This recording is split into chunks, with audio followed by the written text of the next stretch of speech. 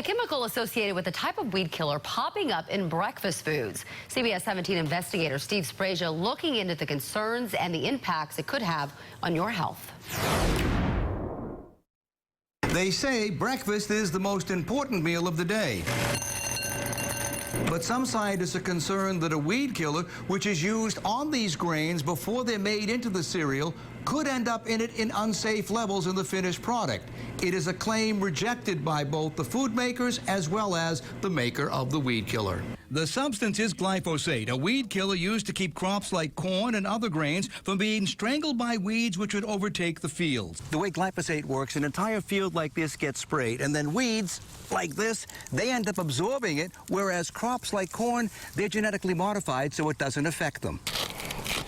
So this is how we measure our yield. Dr. Wes Everman is a weed specialist with NC State. Typically, the glyphosate, when we apply it, would be considered safe. But the Environmental Working Group claims it found what it considers to be excessive levels of the herbicide in such products as Quaker Old-Fashioned Oats, Cheerios, Quaker Dinosaur Egg Instant Oats, Great Value Instant Oats, and Back to Nature Classic Granola Clusters. We don't know a lot about the effects of glyphosate on children.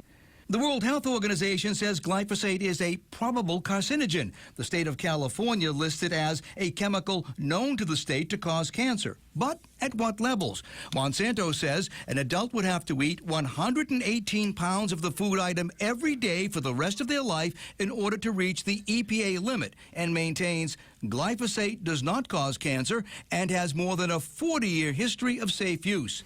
Dr. Everman says there's been decades of research on the chemical. There's a lot of studies that have looked at this, been aggregated, and said these are the safe levels. Food makers say they rely on government guidelines. Quaker Oats says any levels of glyphosate that may remain are significantly below any limits of the safety standards set by the EPA. And General Mills says our products are safe, and without question, they meet regulatory safety levels. The EPA has researched this issue and has set rules that we follow.